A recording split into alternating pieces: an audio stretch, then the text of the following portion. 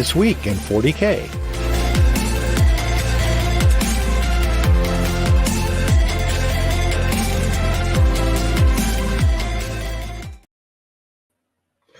Welcome to This Week in 40K. He's Billy and I'm Colin, and we are back with the show that is neither grim nor dark, but about the grimdark.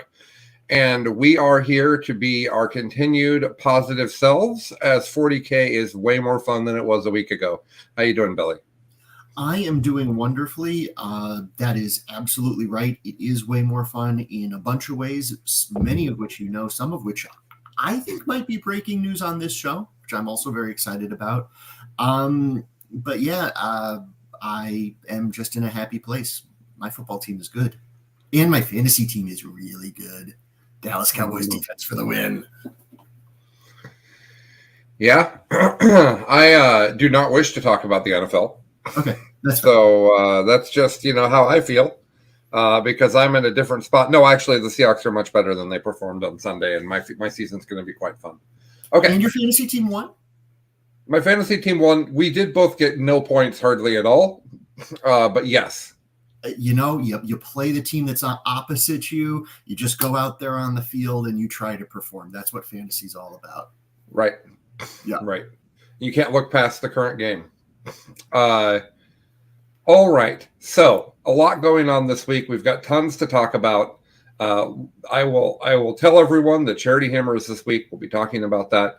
But before we get any further, let's go in and talk about the news. Let's talk about our top story. Hold on. Our top story.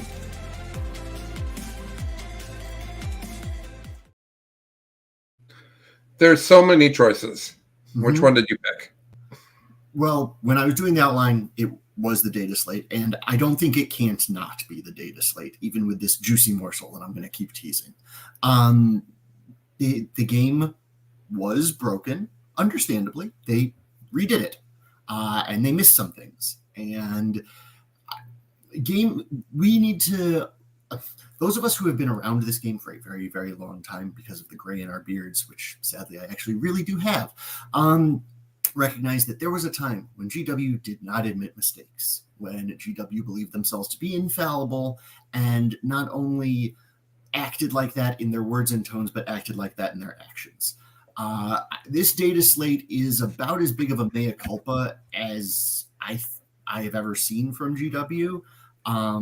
Votan, from the proposed rules to what got put into the world, they did the Funny James workshop video, and that was fun, but that was, one army. This was them changing core aspects of how the game works and just being pretty blunt of, we tried this was our intent, it didn't work the way we wanted it to, here's our attempt to make it work the way we want to. And look, we've all been suffering through the same meta. Colin and I talking about lists for the past 2 or 3 weeks. It's Eldar again. What you gonna do? Let's again credit where it's due. This data slate is a recognition that they messed up on things and their attempt to fix it. Yeah, and I don't know that GW does the calculus this way, but I will tell you that I appreciated their attempt to nerf Eldar without dumpstering it. I don't know that they went far enough, but considering that Eldar is one of the biggest fan bases, right? I think they care about that. I think that they are more likely to nerf. I think they're more likely to leave Votan not competitive than leave Eldar not competitive. And I don't know that. GW's never told me that. I just think that they do care about how many customers that particular factions have. In particular, Eldar, never bad. Space Marines always have something they can do. Like, there's this certain rules of 40K, and that's one of them. That said, I'm very concerned. I don't think that Eldar were nerfed enough. That said, they were nerfed a lot. It's just that the amount of dominant they were was so unreasonable that we're trying to get ourselves back into scope, so to speak. Yeah, well, I mean, so they released a MetaWatch video, which seems to be how they're going to explain their changes. Like there was a Warhammer community article. Those, for anyone who reads them regularly, are very clearly written by a marketing department that's not, plugged into the studio very well. But it's the head of the studio, Stu Black, talking. And he said that it was not their intent to put Eldar in the dumpster. It was their intent to bring them into that 55 to 45 range. That is the stated goal. That they've been consistent that is the goal with all of the armies. And while there certainly are people who are asking for Eldar to be dumpstered, because they hate Eldar, and there's certainly some big voices, 50% tongue in cheek are that, 50% real. And my take on, I would have brought Eldar all the way down and then built them back up, because I think swinging the Nerf bat and missing is not great. We have, at this point, no data as far as what happens, because the two GTs that we prepared, and then I looked at them, and they're all the old points, so no one knows. But we do have some ways of guessing what the future is going to be like when we start talking about Charity Hammer. Spoiler for, hey, come watch Charity Hammer so you can see what the future is like. I am equally worried about Eldar. I do think that they got a lot of other things right, and I think a lot of other armies have become very interesting in. I mean, Space Marines are kind of a horde army now, which is a little weird to me, but at least for the next week and a half until we get new Space Marine rules, there's stuff like that. Death Guard are. Is it actually a week and a half? We're a news show. We have to be clear whether you're guessing or not. What on which? Space Marines. I am very easily building armies with over 100 Space Marine bodies. No. You said for another week and a half. Oh, sorry. Yeah, that was a guess. That timeline, I have not looked at Warhammer Community today. So if they announce the Space Marine Codex today, I apologize. I will do that while Colin gives his his thoughts on the data slate. No, I don't think that they've announced it. You made it sound like they had. No, that was not my intention. That was half a cup of coffee, and that's it. Having the wheels for a moment.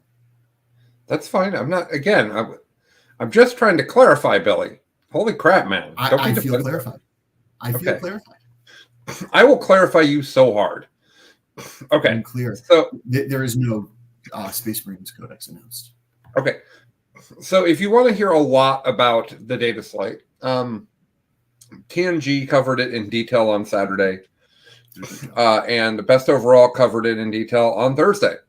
So two of the shows on the network have already gone through it in detail. From the news point of view, if I were to run through factions in my head, I would say Eldar nerfed significantly, maybe not enough. Tyranid points randomly went up. Nobody knows why. We'll see. Weird things went up. We'll see when the Codex is played at Charity Hammer this weekend when we've got 1 million games of Tyranids. We'll see if that's justified. We'll see how good Tyranids really are. It seems like Votann received enough buffs to maybe be interesting. AdMech received a lot of buffs. However, my friends are telling me that they're still just awful because the rules aren't good. Death Guard's in a similar boat. They made their contagion much better. They lowered their points, and they still don't have good rules. I don't think they realize how bad the rule sets are for some of the factions. Like, we'll just give you lower points, and then the players that play that faction are like, yeah, but it still doesn't do anything. Like, for example, there weren't any major buffs for Sisters of Battle. If you were to ask John Lennon right now what the worst army in the game is, he will not take a moment. He will not take a beat. He will immediately rapid fire Sisters of Battle right at you. Like, he thinks they're so bad. So there are some armies that got missed. There are some armies that didn't win. But Space Marines were big winners. Like Billy talked about, you get more stuff. I'm not taking a particularly large amount more stuff, but you can have more stuff. Custodes, I think, got hit unreasonably hard. Knights, I think, got hit unreasonably hard.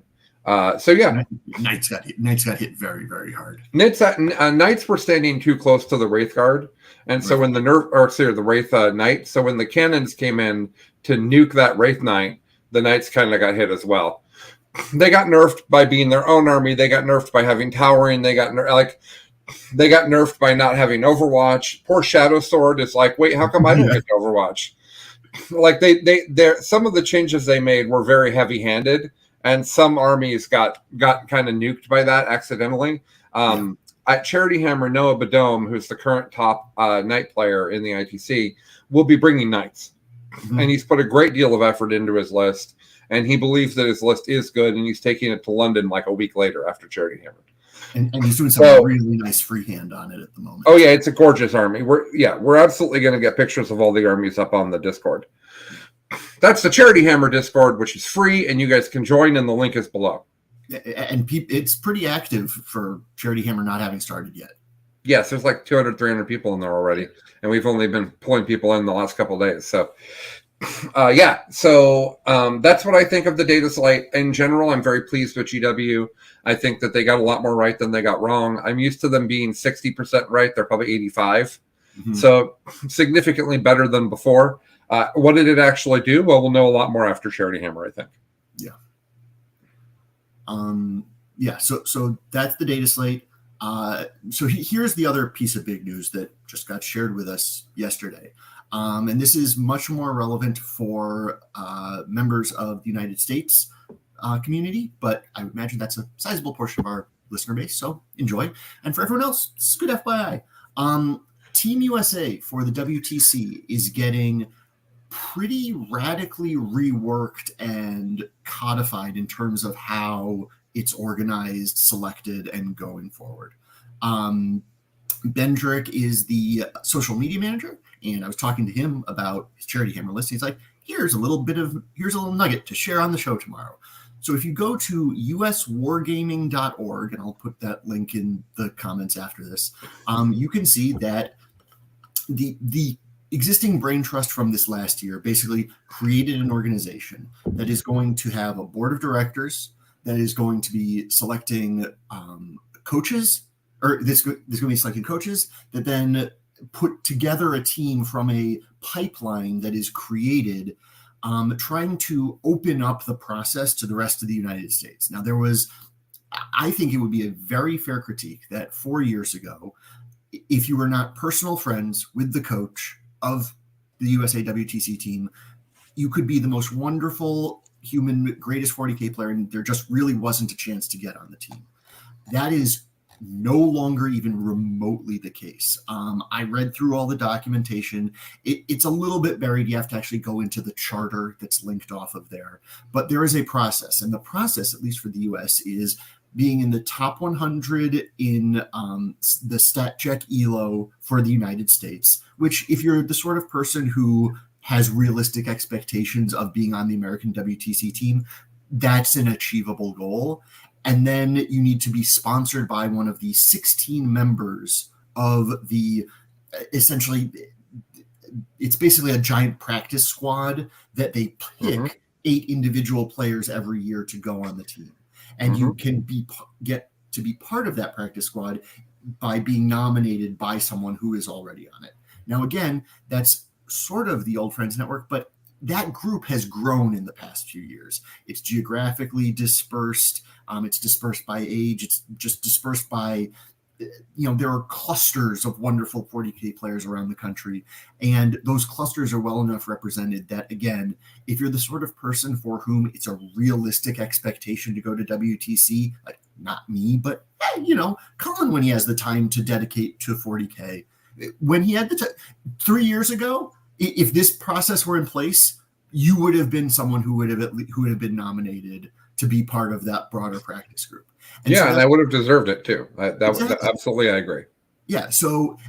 But 3 years ago, there wasn't a path for you to be that person. So the person who's in that place where they are one of the best in their local scene, people like them, they enjoy spending time with them, there is a path forward. As someone who spends a lot of time reading organizing documents in my life, it is a very well put together, very well thought out document that really bespeaks a level of professionalism and organization that I think it says really good things about the future of American 40K, and just the sense of the intentional inclusivity And the good, not just the good 40K, but the good personing that they have written explicitly into that document is wonderful, deserves credit. And talk about institutions in 40K getting better. This is absolutely one of those examples. So I recommend taking a look at it. Here, I will just copy the link into chat right now, and either Colin or I will put it in the show notes because I'm not sure I know how to do that. But take a look. I think this is really big, fun news.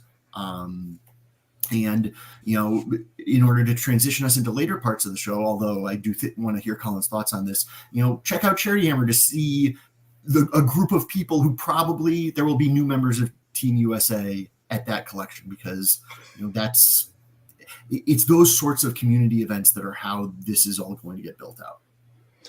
Yeah, I think that's fair. And the problem that the WTC team had, I think 3 years ago is a fair, basically 2019, right before COVID.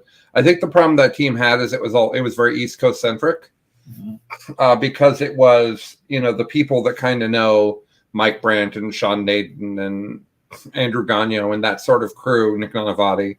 Like, it's kind of that group's friends that ended up on the team because that's who they knew. And that's where, perceived that's where all the best 40K players were. Now it's much more spread out. So there's good players all over the country. I think this is a fantastic system for building that team. I really liked the change to having a 16-player team for prep and 8 travel. And I loved how much of the other 8 traveled, how many of the other 8 traveled. I thought that was a really wonderful vibe, some good energy and a wonderful vibe for 40K. So my big desire is that the WTC becomes a much bigger thing that we talk about as a United States community. I think that WTC is the top of the top of the top for challenging 40K, and yet we give it not as a community. We don't give it enough attention. So I'm hoping this is a thing that provides it a little bit more attention. And I think it will, because the process of putting together the team is something that goes on for a longer period of time. I don't know how open the US Wargaming group wants to be on that, but I would actually recommend indexing much more towards openness, because exactly to your point, Colin, the more it can be something that's talked about and a fun thing to follow. Ooh, who's going to get selected for the 16? Who's going to get selected for the 8? How is that going? What do you think makes the most sense? I think that'd be a really fun thing to have injected into the larger 40K discourse. And I think that because of how much faith I have in the process that they have put together, I really am excited about this. Okay. Yeah. So Charity Hammer kind of starts tomorrow. Oh, just and then 20 minutes into the show, yes, that. So I think I've told everybody what Charity Hammer is now. I'm going to do that more, but on this episode, I'll just say that Charity Hammer is a 3-table, 72-hour stream event with some of the best players around to raise money for children's hospitals and domestic violence shelters through the wonderful Child's Play charity. There's a lot happening this week for you guys. Just to be crystal clear, new Tyranid Codex, new points, new roles, all the things. Okay. In the starting off is going to be tomorrow night, where I am going to play a preview game on War Games Live with the wonderful Boy King himself, John Lennon. We always play the day before Charity Hammer. It's just kind of a tradition. We thought we'd put it on stream this year. I don't exactly know what we're playing for that game, so that'll be fun. John wants to play Chaos Knights, but he doesn't want to travel with them because he's already traveling with other stuff. And so we're not sure we're going to be able to get Chaos Knights here before tomorrow for him to use. So that just might not be a thing. So that's tomorrow. That's the first thing you guys can watch. It's going to be at 3 o'clock Pacific on War Games Live. Then on Thursday, we start at 2.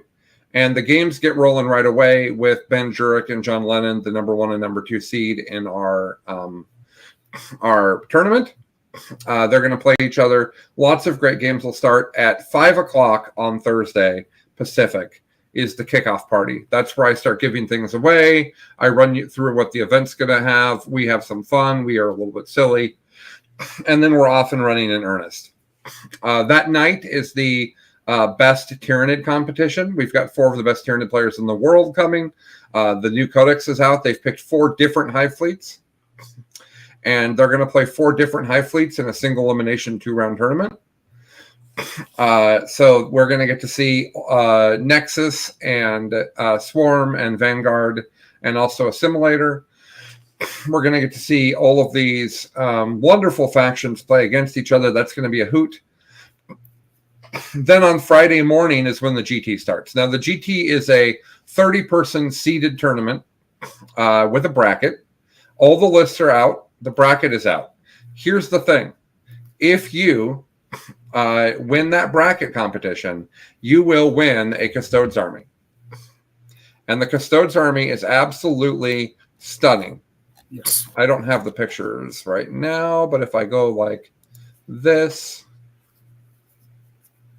and I change our branding for a moment, because that's how the world works, and then I put me down here in the corner. There we go. Mm-hmm. So this is a Custodes army that you can win for those that are watching. There's a number of different cool pictures, but what the picture that's distorted. This is my favorite picture because it shows the freehand Caladiuses that just, oh man, I just love them. So yeah, this is going to be our winner of the bracket's going to win this. Now, when you go do your bracket, make sure in the title to put the point gap you think that the final game will have, because we might have a tie in the bracket, and that's how we're going to do the tiebreaker. So let me put everything back to normal. We could just leave that Custodes army back up there. I personally wouldn't mind looking at it for longer. It is more attractive than we are. I stand by that, yeah. Different Hive fleet as a different detachment with different rules from the Codex. I think every Tyranid player I know paints a custom paint scheme. I don't think any of them paint the paint scheme of the... but my friends tend to be comp players and not narrative players, so that's probably a key difference. This is very much a comp event. We're going to do some flavorful lore-based stuff, including a lore trivia game that will happen at some point during the thing. But yeah, this is a very competitive. So the GT, you can go do your bracket, and I encourage you to do so. All the links you need are at charityhammer.com. They're also going to be underneath this YouTube video for your guys' ease of finding them.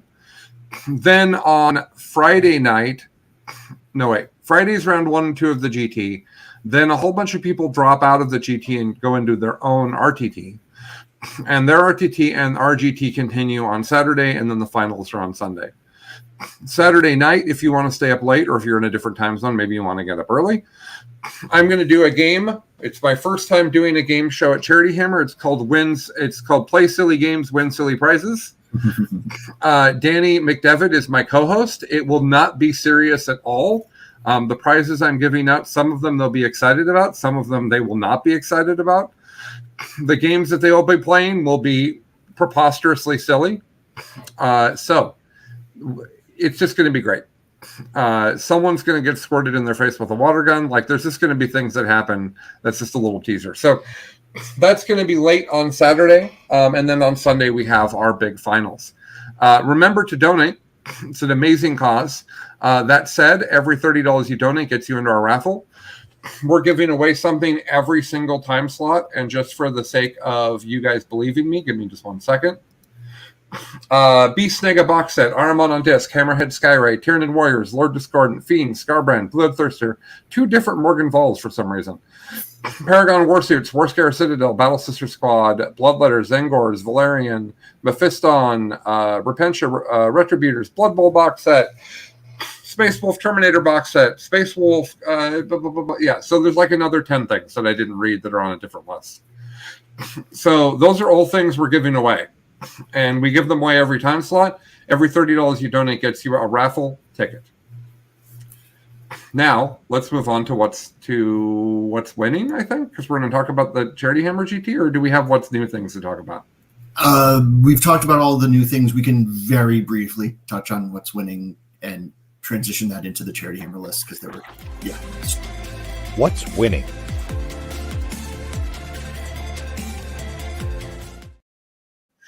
All right, so we're going to spend 3 minutes on the two GPs from this weekend. Yeah. And then we're going to talk about the bracket for Charity Hammer. Yes. And I was trying to talk long enough about the what's winning so that you could cut me off with the pre-roll, but it sort of worked. There were 2 events this past week. Neither of them used the new points or new rules, so we'll go very, very fast. First, there was the Smite Club Open 2023 40K Major in Mesa, Arizona. It was 88 players. It was 6 rounds. It was won by Daniel Olivas with Eldari. He went 6-0. Ben Jurek also went 6-0 with Eldari. Their lists don't exist anymore. They're 400 points more expensive. Although, hold on for a while to see what Ben thinks is good with Eldar. Jason McKenzie, 3rd place with AdMech, and Jacob Wagner in 4th place with Necrons.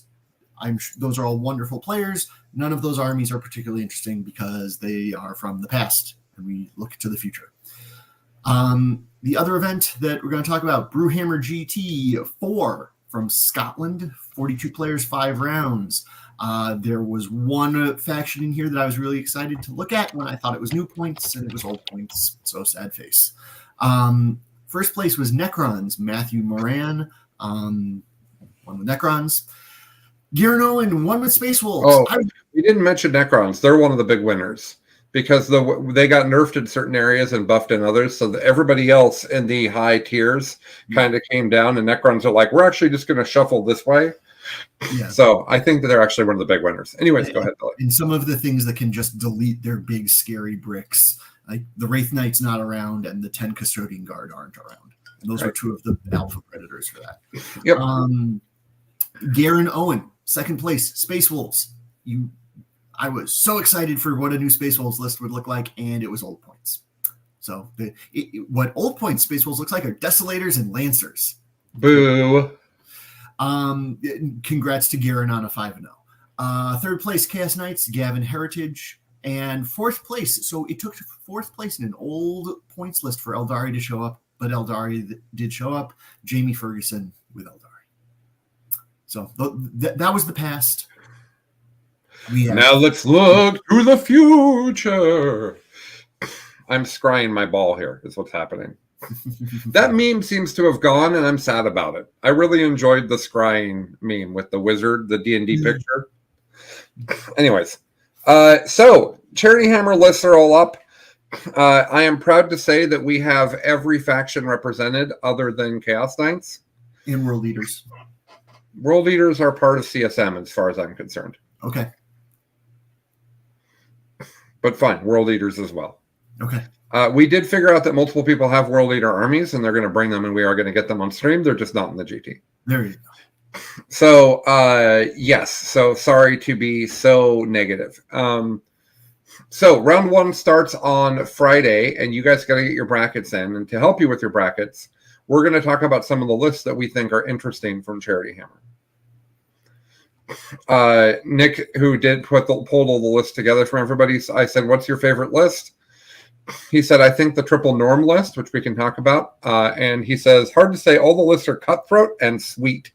And I don't think he means sweet like, oh, it's a list. I think he means sweet like, sweet. That's what I think he means. So, yeah, the lists are really cool because it's 30 incredibly competent 40K players making lists. So, Billy, you were going to talk about a couple lists you liked, and then I'll talk about a couple I liked, and that's how we'll fill up the last time of the show here. Okay. So my 3 are Ben Jurek's Eldari, Steve Trimble's Death Guard, and Lee Steiger's Custodes. Yeah. And there's some personal preference that went in there, but also I think that these are because of what happened to these factions in the data slate. These are important places to look to see what good players are doing. At Colin's suggestion, because he's a smart man, I reached out to these 3 people and just asked them for some of their thoughts, important points to think about on their lists, stuff I should know. So I even have that level of insight to share with you. And because these people are better at 40K than I am, they had thought of things that I hadn't thought of. So Ben's list. So Ben has Wayleaper. He has an avatar. He has an Incarn. He has a Farseer. He has 2 5s of Dark Reapers, 2 Fire Prisms, 1 Night Spinner, 1 unit of Shroud Runners, 2 Warwalkers with Bright Lances, and 1 unit of Warp Spiders. Now, other than the fact that it's Eldar, which I think are cool, and Ben, who, as we have said before, has decided that he will not lose games in 10th, and that's just a useful skill to have. I was really excited when I saw Incarn and Avatar. And I reached out to Ben and asked him, what's up with the list? And he basically said it's an Incarn launching platform with indirect. He says it's built anticipating hordes, but it's a draft with 0 games into it. And that he did the Avatar and the Incarn together because he thought it would be sweeter on stream, and he thinks that probably Wraithguard would have been better for some of those points, but that sweetness won out. Okay. Now, I'm completely comfortable with that. When people say, do I take this or that? Mm-hmm. And I think both things are good. My advice tends to be, which one do you want to play with? And I think that's great. Yeah. The thing that I think that's particularly interesting here is the double Dark Reaper. The Tempest Launcher is just a good profile, especially if you're worried about hordes. I think that is an interesting tech piece. And I was going through my bracket, and in my bracket, I would have Ben playing Lucas. Lucas has orcs. And I was just like, those Dark Reapers seem to me to be mildly interesting as part of the overall answer to orcs. Both Lucas and Tyler, who were in that chat, gave me the silent treatment, which I take to mean, Billy, you're missing something key. But, those were my thoughts. So the thing about Dark Reapers that's so interesting is that I think the Tempest Launcher is better than like the Shadow Weaver, and the Shadow Weaver is 115 points, and the Dark Reapers are 75. So you get them for indirect fire significantly cheaper. What? Yeah, and I'm sure I was saying what you were right about to finish. Excuse me, 135 points, right, for the weapon platform. Probably. And Dark Reapers are 75, and so you can kind of hide them and then go pew pew, and then when the time is right, they can hop out. And the other guns do something. They're just not they're not the anti-knight massive murder machines that they were previously, but their guns are still good. And what I found in my games with Dark Reapers is that if you hold on to them and you bring them out of hiding on turn 3 or even 4, that usually they get to operate for more than 1 turn before they die. Yeah. It's interesting that Ben absolutely built his list still around the Incarn, which is currently clocking in at how many points? 350 points. Yeah. Which I believe is a 110-point increase from its initial release into the wild. And according to Ben, it's still amazing at that point cost. Yeah. I have only ever played the Incarn into Custodes and Chaos Space Marines that were just incredibly durable, and I'm just so wrong on the Incarn, and I'm willing to admit it. But so the other thing to talk about with this list is, to my mind, this is still a scary thing to see on the other side of the table. This is still a lot of Eldar guns that scare me. Now, it's way less Eldar guns, and 700 points are put into the Incarn and the Avatar. But when we're talking about how much were Eldar hit, this is still a viable army. And it might be a very good army. And so that was the main reason I wanted to talk about it. Okay. Seeing Colin not. No, it's great. I'm looking forward to seeing how he does. He's got a good bracket. At best, the second seed, he gets a lot of benefit bracket wise. He's got a bye in the first round. Second round, he's going to probably be playing. I don't remember who he's playing, but yeah, well, it'll be really interesting to see how Eldar played by an amazing player post nerf is played. I'm excited about that. Yeah. What you got next? My next list is Steve Trimble. Steve Trimble with Death Guard. Steve is wonderful at finding math mistakes that slip through GW's testing and then brutally beating people over the head with them. And that is what I would describe this Death Guard list as. So it is triple Biologist Putrefier. Those are the guys that make the grenade strat work better. Mortarion, who's just a chill 325 points these days. Cheaper than the Incarn. He's not like peak Mortarion, but yeah, he's still Morty. Tallyman, and then 1, 2, 3. Without 4, the Tallyman, 5. he will not know how many bananas he has. Without the Tallyman, the Death Guard will not know how many bananas they have, and that will be a real problem. How old do you think people have to be to get that? Do you think is that 1.5 Tyler Bortels? Like, what is? How old do people have to get the joke that I just made? Pushing 2. Okay, go look up the Banana Boat song by Harry Belafonte, young people.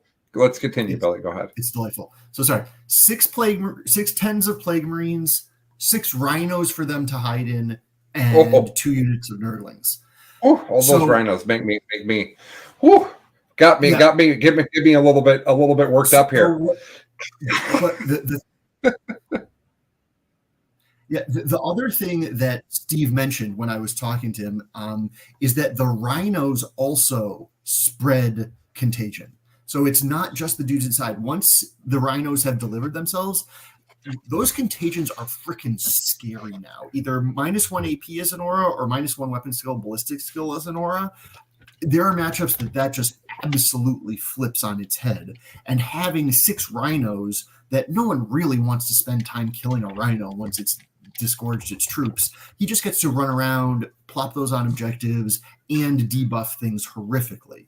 So that's a really important thing. Obviously, the grenade strat stuff with the triple putrefier, like that's just telegraphed by how the list is built. But it's he described it as similar to what Lucas brought to WTC, just chaosy. This is a lot of bodies with Morty hanging out with it. And if Death Guard are like, this is a very good check to see how much Death Guard have come up. And I would be scared to be on the other side against this army, honestly, with a lot of things. Yeah, I talked to Steve as well. And by the way, Steve's the number 3 seed or number 4 seed, something like that. So Steve won the Tacoma Open. He's an incredible player. He won it with Custodes. I chatted with Steve, and he did make sure that I knew that he does not think that this is his best chance at winning. He did not take the thing he would take if he was really just wanting to win. He doesn't actually know what that is right now, I don't think. But he loves Death Guard. He loves playing them. He has great models for it. His Morty's really cool. And so he is going to play the thing that he loves, and I think he's going to play it really well. And I like that we get a chance to have Death Guard people get a chance to see their army. So yeah, I think quite good. I prepped for it because I think that there's a reasonable chance I run into him in my bracket. And so, yeah, excited about that.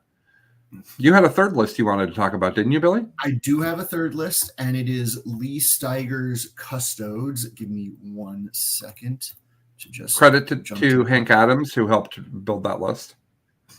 Hank, and I believe so I talked with Lee, and he also credited Steve as well. Oh, great! Being helpful. Those are 3 people who know a hell of a lot about Custodes. Everybody, just as a heads up. I mean, the finals of Tacoma, which was Custodes against Custodes, those are the 2 people that I would want to talk to about it. And it was Steve, and it was literally Steve and Hank. Those were the people. Yeah. So this Custodes list is 2 units of prosecutors, which are the battle line sisters, 4 of them each. 2 units of 5 Alaris custodians, those are the Terminators. 3 units of Venatari, and there are 15 of them. It's 6, 6, and 3. 4 Witch Seekers, 1 Caladius Assassin, and 1 Kyra Draxus, the good Inquisitor who makes you untargetable outside of 18 as the only character in the Warlord. So everyone knows that the giant Custode brick army that was what did well at Tacoma is dead because literally you can't take 10-man Custodes. So what do they morph into? I've been very open that what I'm currently messing around with right now is Custodes, and the place that I ended up looking was, hey, Venatari actually look interesting at 200 or 400 points for 3 or 6 models. And it was very nice for me to see that that sentiment was at least theoretically shared by some other very smart people. I think 15 is we're really going to test the heck out of this direction, but that's good to know. The thing that Lee pointed out was that the 3 of those units are exactly 1,000 points, so they can start off the board. Obviously, if you read their data sheet, they all get to rapid ingress for free, and they have the right wording so that they can all do that. You combine that with the 2 other Terminator squads that can teleport and jump up, and turn 2 can be a very interesting proposition for your opponent. From turn 2, you have to screen against all of those units all of the time, and that is particularly interesting. Also, the fact that there are only 2 characters and neither of them are particularly like custody, kill you in the face, but much more utility, is an interesting way to find points and to skew the list away from just like giving up assassination, to the extent that killing custodes is ever a viable option. Yeah. I was really excited to see it. I think it's a very interesting custodes list. You don't get your exaction squads for 35 points, but you get prosecutors for 40 or witch seekers for 50, which is still pretty darn cheap in an army where the other cheapest unit you can get is 2 models for 140 points. Yeah, I think that's spot on. So we did practice games on Saturday, and Lee came over and played Hank. So they played Custodes versus Grey Knights, and at the end of that game, Lee's like, "Yeah, I got trucked. However, Hank and I discussed so much about Custodes and made so many changes to the list that I'm really excited for Charity Hammer." Yeah. And I thought that was really neat to see 2 very awesome dudes go and play some 40K and then walk out and one guy be like, "Yeah, I lost, but we changed my list and I'm set up better for the future." It made my ancient multiple Tyler Bartel heart just beat. It was so nice. It doesn't beat normally, I guess, is the thing that I'm implying. I'm some sort of cold, distant robot. So yeah, I thought that was really, really neat. And then I actually got to play on Saturday too. I got to play my Dark Angels against Tau and learned a lot. Yeah. So one last thing on that Custodes list, Lee is one of the best hobby people coming, and what Lee's doing with the Venatari, it's like a custom kit bash thing. It looks really exciting. So yeah, we're actually going to put all the armies up in the Discord. Let me just talk about this again. The point of Charity Hammer is that it's a 40K slumber party. It's not just for us, it's for you guys. In the past, we've been bad about finding ways for you to communicate with us. This year, we have a free Discord. You all need to be in it. It's going to show the raffle prizes. It's going to keep you updated on who's winning them. It'll keep you updated as changes to the schedule happen, as the GT games finish. And all of the pictures of all of the Charity Hammer armies are also going to be there so you guys can see the armies. And so you guys in the Discord can pick the best payment. That's going to be the way that's going to work. So you can find that link at charityhammer.com. You can find it underneath this video. And I'm not sure where else. So that's what's going on there. Anything else you want to say about Custodes? I think rumors of their demise are greatly overblown. I just think they have to look very different. Fair enough. We have a number of Space Marine players, and I want to start by talking about Kazra, who is another just phenomenal hobbyist, and also might win Best Improved over the last year. He just is getting better and better and better at 40K at a quick pace. Kazra is taking Ultramarines. He always does. They're his favorite faction. They're the only faction that he plays. And he has the Apothecary and Aggressor combo, which if you guys don't know about that, the Apothecary gives them lethal hits on 6s. Then you give them Bolter Discipline. Now they have lethal hits on 5s or 6s. They have a million shots. They've got Blast. You can give them Oath on that particular turn.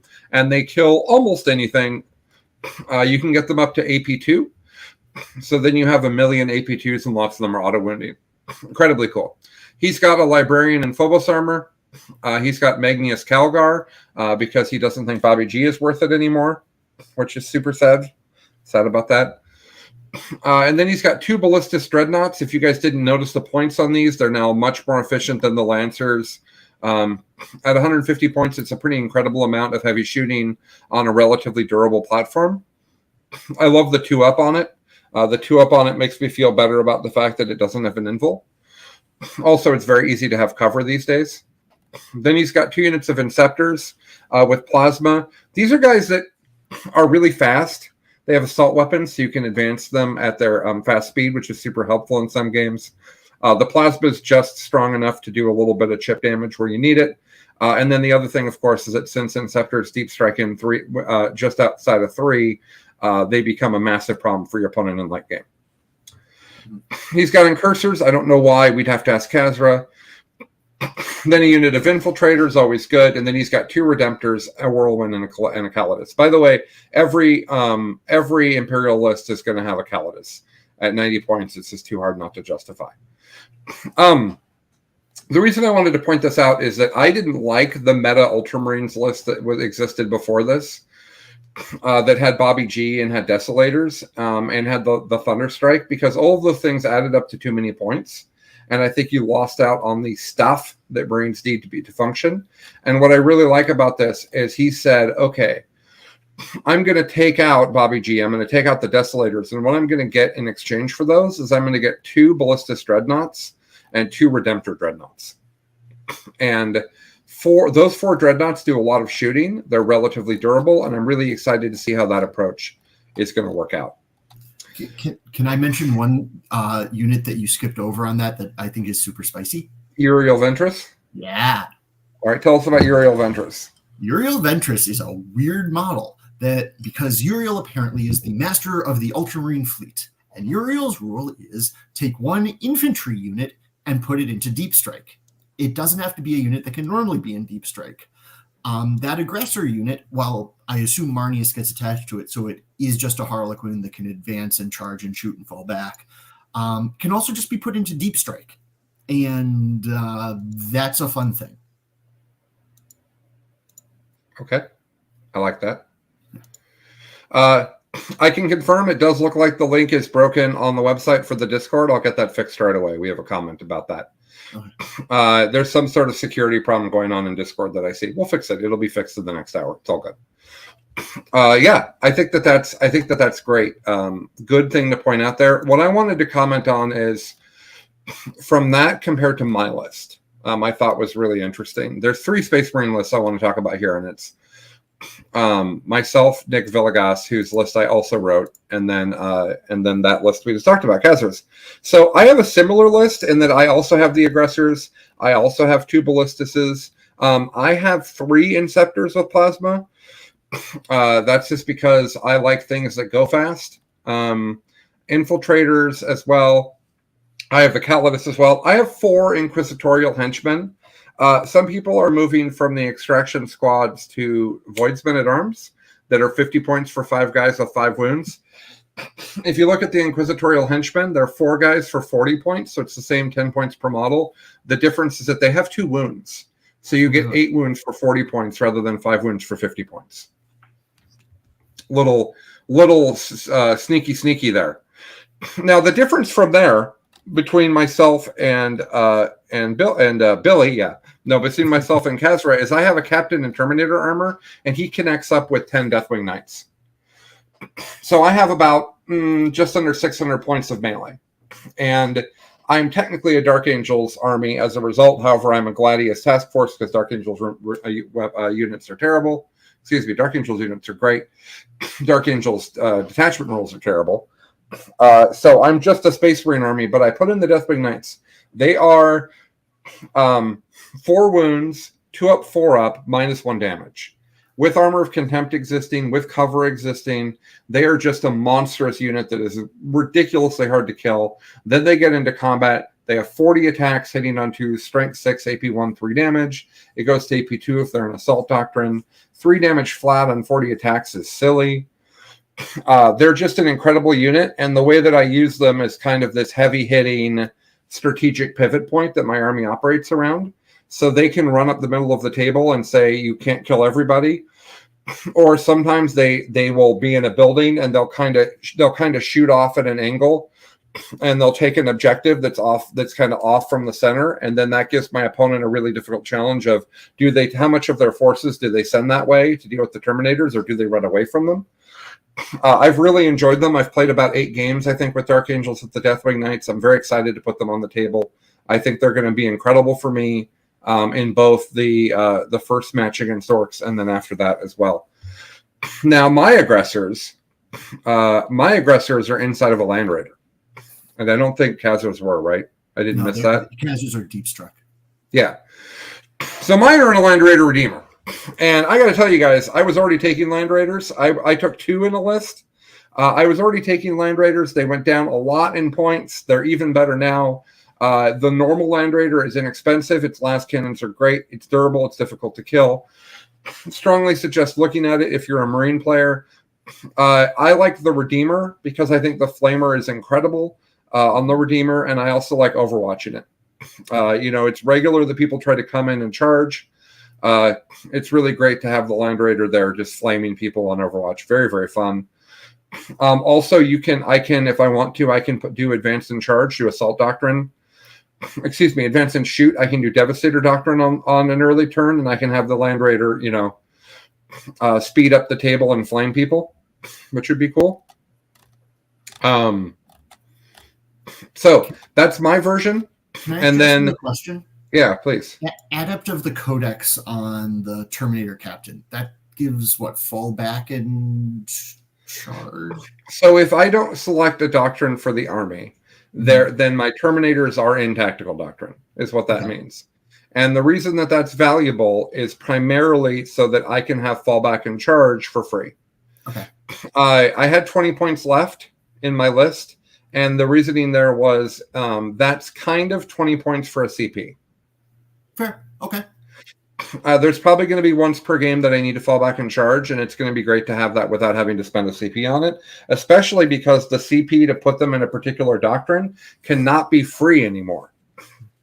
And that's how I was using it. I was basically using the free strat per battle round on the captain to pivot them into Assault Doctrine when I needed. Gotcha. Now that strat is the wrong kind of strat, and so it can't. Exactly right. Armor of Contempt is the right kind, so I just use it on that now. Okay. So what happened here is that I originally tested a different list that was far more aggressive, and I gave that list to Nick Velagas to play. And what that list does is it takes some of the things out. It keeps the Deathwing Knights, it keeps the aggressors, it keeps the Land Raider, and it drops the Inquisitorial Henchmen. It drops the some of the extra stuff that I have. Like, it doesn't have as many... it doesn't have the Inceptors, for example. And instead, he's running 2 Land Raider Redeemers, the Deathwing Knights, and then in one, he's got the Aggressors, and then in the other, he's got Hellblasters. And Hellblasters are a little bit pricey at $250, but they shoot, then they hazardous. Some of them die. Those ones shoot. Then your opponent kills them. They shoot again. You get a lot of damage out for that $250. The only thing I don't like about them is they really need Oath of Moment on their target, and so do the Aggressors. So I don't love that, but the idea of this list is you've got 2 Land Raiders. They both have dangerous things inside of them. And then you've got the Deathwing Knights as well. And then, does he have Ballistus Dreadnoughts? He does not. But the idea is that you just shove, thick boys down their throat. God, that sounded terrible. And then that way, they create a really difficult damage check for your opponent. I think Nick's list is easier to play than mine. I think that it has a higher upside in most games, but I think against the best of the best, it's not as good. So I was playing that list, and I decided that I want to try to go deep at Charity Hammer with a list I love. And so I'm doing the Land Raider thing that I love so much, but I can have 2 doctrines with Adept of the Codex. I don't think that I knew that because I don't think it's true, but I'll find out. Yeah. Some really fun lists. Let me just look at the table of contents here and see if there's anything else that I want to make sure I call out. We do have a lot of Tyranid lists, and they all are very different from each other. Triple Norn from Josh Bagwell, 1 Norn and 2 Assimilators from Matt Evans. Alex Pena is doing the post-nerf Thousand Suns list. That's cool. Donald is bringing a really neat Tau list. I can't believe how strong Crisis Suits are now.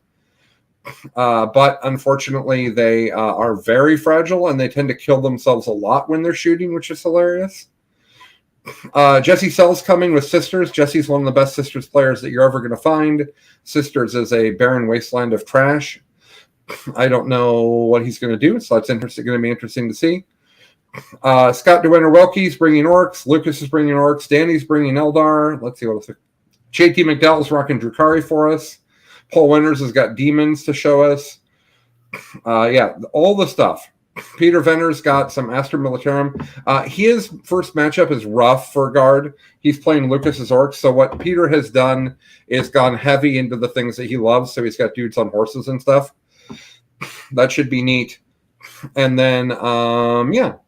So some really, really neat things happening. I'm very excited for that. I hope that you guys go and you do your bracket.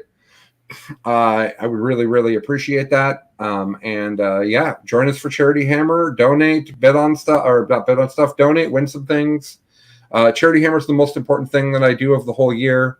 It's for an incredible cause, and I really need you guys to not only come to it, but to tell people about it, and also, if you can afford it, to donate. I want to be clear. I'm going to be asking people to donate a lot. I understand that financial situations are different. I have now been part of 2 tech layoffs this year. So my family is used to just not having money. So like I can appreciate that even if you've been fortunate in the jobs you've had, like I have been, and I feel very blessed is not the word, but fortunate's a great word for me. I appreciate that things can be tough at times. So if I get that, if you can't do it, that's fine, but tell people about it so other people can get in and maybe they can donate. Mm-hmm. All right. Thank you, everybody. I'm going to be back tomorrow and then Thursday and then Friday and then Saturday and then Sunday. Billy's going to be at home with his baby, who he's decided is more important than coming to Charity Hammer. Mm-hmm. I don't know that I agree. Matt Evans is coming to Charity Hammer, and he has a 4-month-old. I just think maybe the priorities are different for Matt than they are for Billy. Yeah, very clearly. Yeah, Matt doesn't care about his kid, and Billy does. Is that what we're saying? I hope that's not what we're saying. My wife too. What? Wife and kid, both of them. You care about your wife as well? It's really more that I care about my wife. My kid would not notice that I was gone for 5 days, but my wife would just like her head would explode. Yeah, one of the phrases I love for really young children is, "Hey, they're not making memories." Yeah, no, they're not. I really like that saying because parents do not think of that. Like I've seen so many people that are like, "We're taking our kid to their first Disneyland. They're 2," and I'm like, "Well, you've got a few problems with that. 1, 2-year-olds are terrible. And 2, I don't know anyone who has a memory from when they're 2 years old." So yeah, it's pretty funny. Okay, everybody. That's it for this week in 40K. We appreciate you guys. I will be back next Tuesday exhausted. We'll talk about the GT.